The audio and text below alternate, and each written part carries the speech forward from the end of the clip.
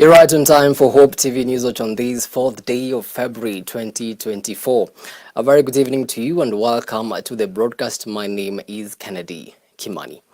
Now let's get straight into it. And President William Ruto has assured Kenyans that no part of the country will be left behind in development because of political affiliation.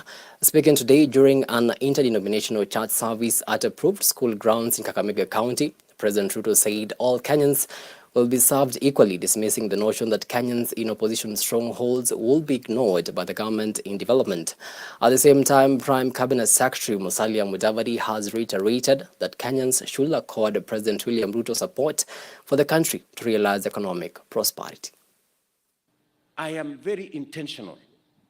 Mimi nashukuru hata jana former Prime Minister amesema yeye anaamini affordable housing. Sasa story si imeishi hapo. Sasa bado tunabishana nini tena? Amesema hiyo affordable housing ni kitu ya maana sana. And that is what I have been saying. Sasa hii maandamano yote ilikuwa ya nini? Kama affordable housing is a very important thing. There are people who want to always criticize the president. Oh, he has commented on the judiciary, he has commented on this. But I also want to say, before you remove the log in somebody else's eye, what about yours? Nasema hivyo kwa sababu Judicial Service Commission is also independent. And Judicial Service Commission has the right to recruit anybody who qualifies to be a judge of this republic. So it is wrong for the Azimio leadership to start determining who should the Judicial Service Commission recruit.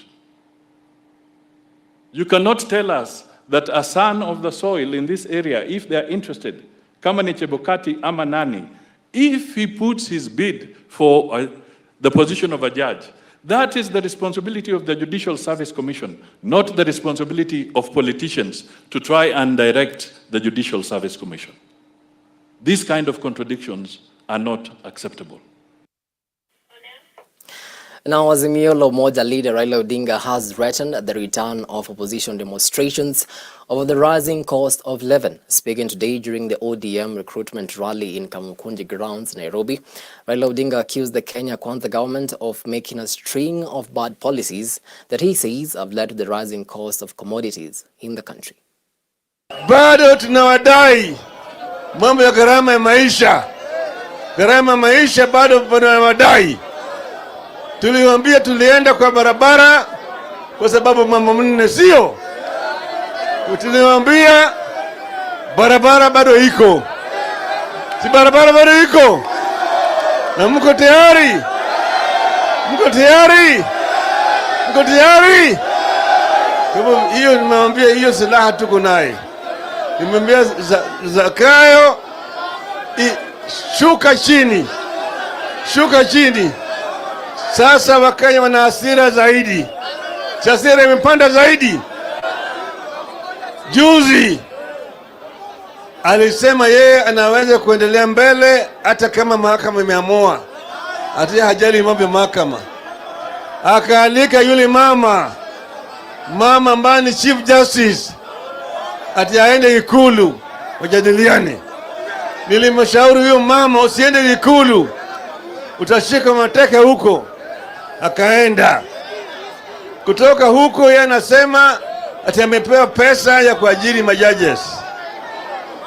Pesa ya mambo ya bajeti yafanywe katika Ikulu. Na bwana Speaker, bwana Wetangula alikuwa huko.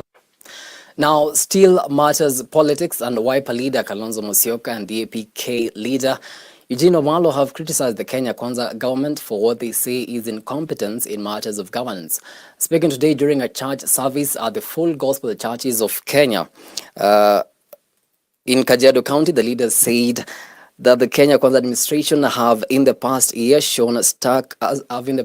stuck to the original narrative that they found empty coffers in the government. Who said there was a vacancy? Ofisi ya Chief Justice. Nimeona discussion, debate inaendelea. When I was in the other place, debate. Sijui Mudavadi was trying to kumjibu Raila. I don't know whether Raila indicated anything, something like people want to apply. And we all know some of the names that have brought pain and suffering and anguish to the Kenyan nation. But who said the office of the Chief Justice is vacant? It is not. There is a process, a constitutionally established process on how to do away with the Chief Justice, who is also the President of the Supreme Court, and we are not into that yet.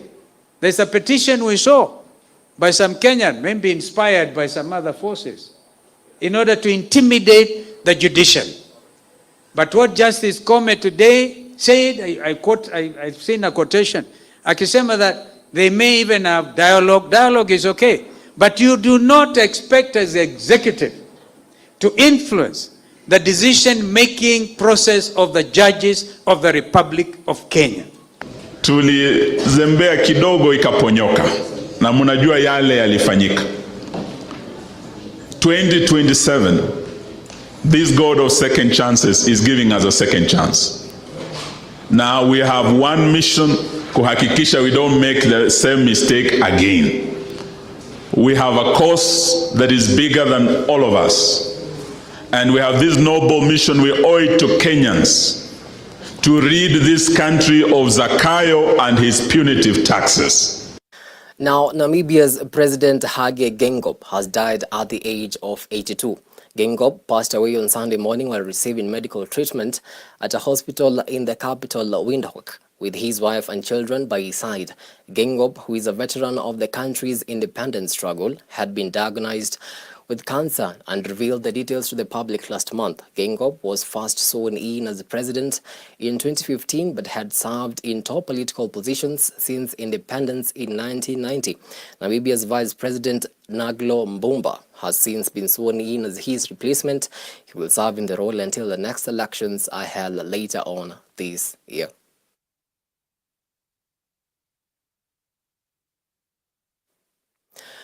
Meanwhile, President William Ruto has eulogized President Hage Geingob as a distinguished leader who served the people of Namibia with focus and dedication. The head of state has said that Geingob was a believer of a unified Africa and strongly promoted the continent's voice and visibility at the global arena.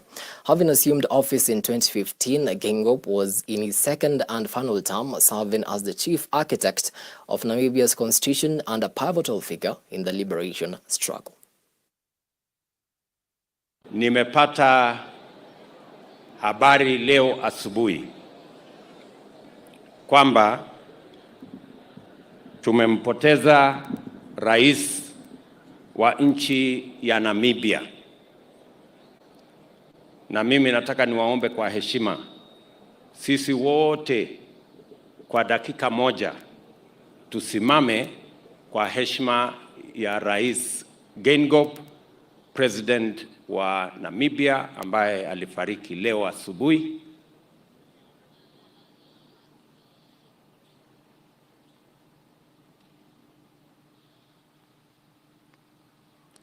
Asante sana, na nitauliza wale wote wanaohusika. Tukishapata habari kamili, tutafanya vile kwa heshima. Tutaweka bendera yetu nusu mlingoti kwa sababu ya kumuenzi rafiki yetu, kiongozi katika bara letu la Afrika, rais wa kule Namibia. Now, 5 people have died while 9 others were injured following a tragic road accident at Mahiga Meru area along the Nyahururu-Nyeri road on Saturday evening. The victims were a driver and women from St. Peter's Gaitega of Cathedral Parish of the Catholic Diocese of Murang'a and are returning home after joining thousands of Catholic Women Association attending a national prayer meeting at the Subukia's Marian Shrine on Friday evening. The survivors recount that the driver of the 14-seater vehicle they were traveling in was trying to evade hitting a trailer that was coming from the opposite direction in vain. They say the trailer appeared to have lost its brakes and lost control before it rammed on their vehicle. Kwa tumetoka nyumbani jana kama saa 10, tulikuwa tunakuja maombi Shrine Subukia. Saa tukawa na mchana mwema, tukaomba, lakini tukisafiri kurundi tukapatana na accident pale Dalago. Tulela ilikuja ikatugonga, ikakosa mwelekeo, lakini tulipata officers wakatukuchukua wakatuleta hospitali. We have ensured that wametibiwa, wengine wameenda nyumbani na kuna mwingine tumetransfer Mathari. Kuna wengine walipata hiyo accident wakapelekwa Nyeri Hospital. Kwa hivyo mimi kama mama county Nyandarua nataka kuwaambia watu wa Murang'a poleni sana.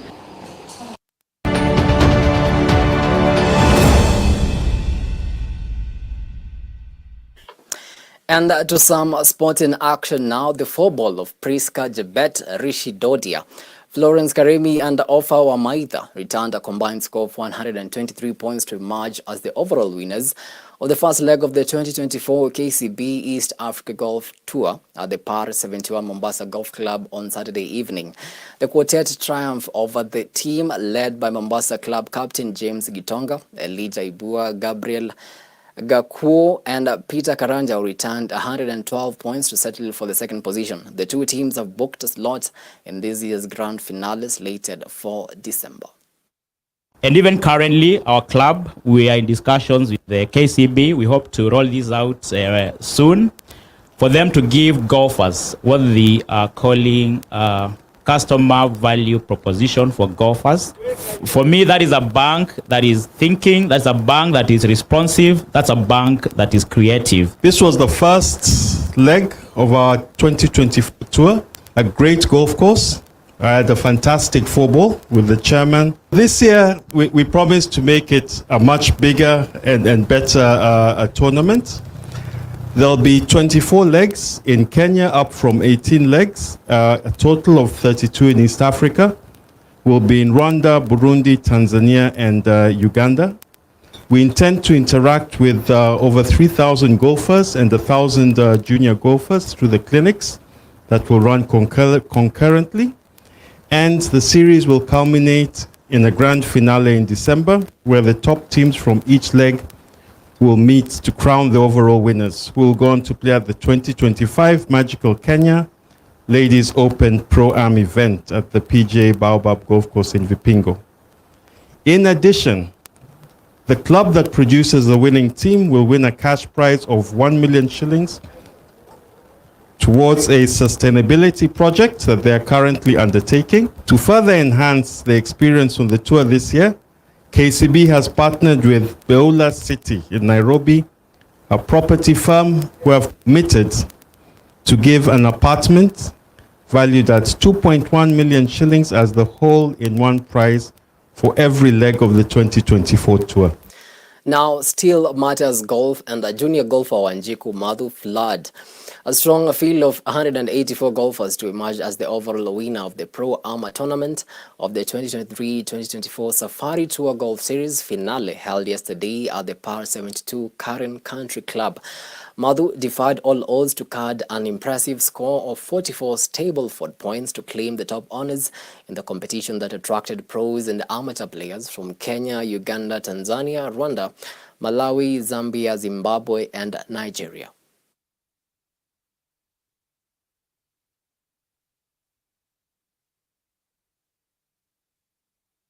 Now, Kenya Police FC fought back from a goal down to beat Gor Mahia 3-1 at the Police Circle Stadium to bring an end to the unbeaten league run in their quest to win their 21st FKF Premier League title. Austin Odhiambo scored the opening goal, but Kenneth Muguna scored before Tito Okello scored a brace to inspire the side to make a dramatic comeback and grab all 3 points to put them on 33 points. What was that?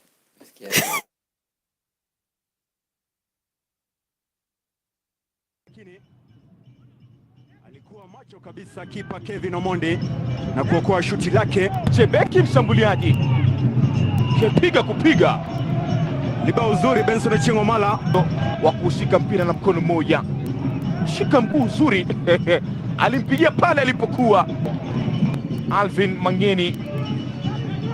Badiliko hayo. Now, Omar Diakite scored in stoppage time of extra time to send 10-man Ivory Coast into the semi-finals of the Africa Cup of Nations with a dramatic 2-1 win over Mali. In the quarterfinals on Saturday, Diakite was however booked for excessive celebrations and was sent off as it was his second yellow card. This means that he will miss the semi-final against Congo on Wednesday.